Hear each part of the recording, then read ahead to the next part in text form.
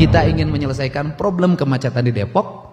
Pemerintah kotanya sudah menyanggupi di tahun 2026 menyelesaikan pembebasan di underpass Citayam.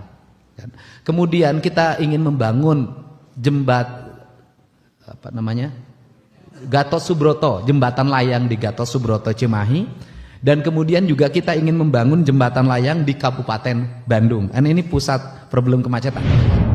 Pimpinan DPRD Provinsi Jawa Barat tiba di tempat acara.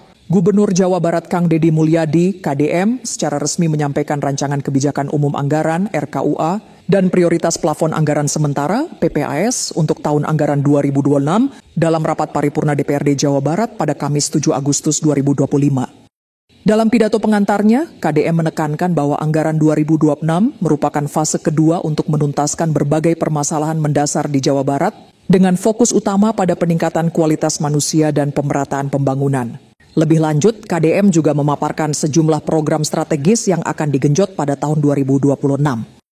Di bidang infrastruktur, fokus akan beralih pada penyelesaian masalah kemacetan kronis melalui pembangunan underpass di Citayam Depok dan jembatan layang di Cimahi serta Kabupaten Bandung, termasuk menata total kawasan Jatinangor menjadi kota pelajar yang representatif. Kemudian di sektor sumber daya air dan ketahanan pangan, program revitalisasi danau dan embung serta normalisasi sungai akan dipercepat untuk mendukung swasembada pangan yang ditopang oleh teknologi pertanian modern. Selain itu, pemerintah menargetkan penyelesaian masalah elektrifikasi bagi 400.000 rumah yang belum teraliri listrik, serta penataan jalan provinsi dengan PJU dan drainase. Seluruh rangkaian program ini, menurutnya, akan ditopang oleh upaya menarik investasi baru dan menciptakan kawasan industri terintegrasi untuk memastikan Jawa Barat tumbuh menjadi provinsi yang maju, makmur, dan sejahtera secara merata. Bismillahirrahmanirrahim. Assalamualaikum warahmatullahi wabarakatuh. Sampurasun. Pak Ketua, para Wakil Ketua, para anggota DPRD Provinsi Jawa Barat yang saya hormati dan saya banggakan, yang saya hormati Asintel, Kejaksaan Tinggi Provinsi Jawa Barat, seluruh jajaran pemerintah Provinsi Jawa Barat, para tamu undangan yang berbahagia. Pada kesempatan malam hari ini saya mengucapkan terima kasih dan apresiasi yang setinggi-tingginya kepada pimpinan dan seluruh anggota DPRD Provinsi Jawa Barat. Pemerintah Provinsi Jawa Barat hari ini menyampaikan KUA PPAS tahun anggaran 2026. Di 2026 ini kita akan masuki sebuah arah kebijakan di mana pemerintah Provinsi Jawa Barat melangkah pada tingkat yang kedua penyelesaian berbagai problem.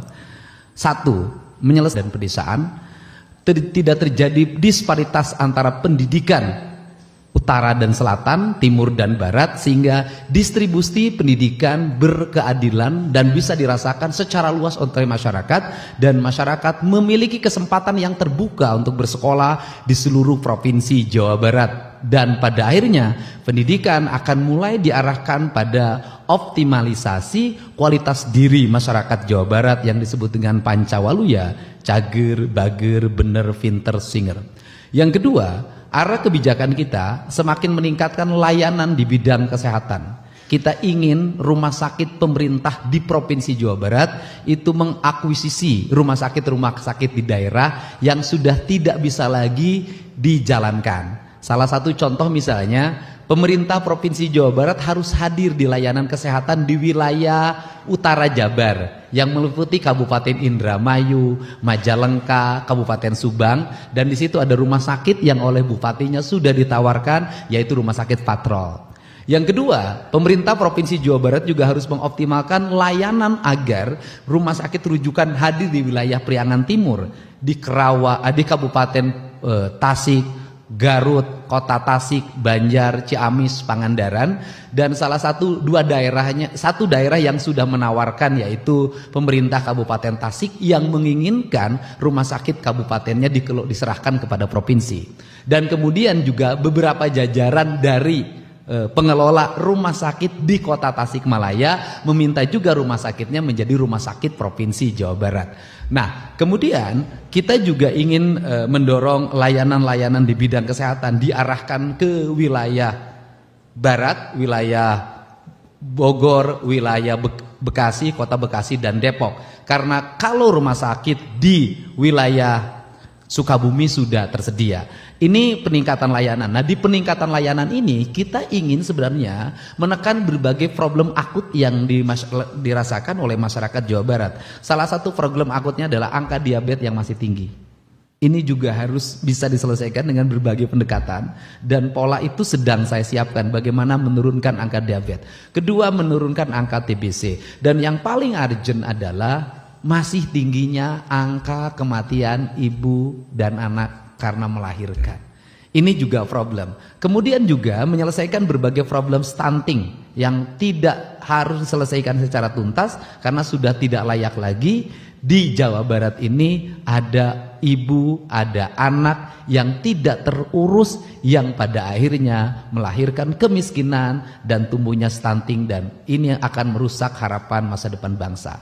Ini. Kemudian di bidang infrastruktur di 2026 itu kita ingin mulai menyelesaikan berbagai, karena infrastruktur jalan provinsi sudah relatif menurut saya baik dan di 2006 100% terbangun dengan baik, tetapi kita sudah akan mengarah pada penyelesaian problem-problem kemacetan. Kita ingin menyelesaikan problem kemacetan di Depok. Pemerintah kotanya sudah menyanggupi di tahun 2026 menyelesaikan pembebasan di underpass Citayam.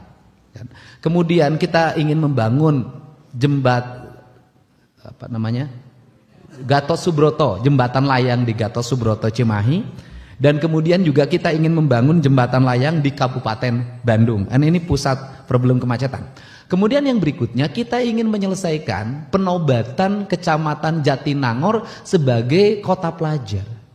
Karena menurut saya masih sangat jauh dikatakan kota pelajar.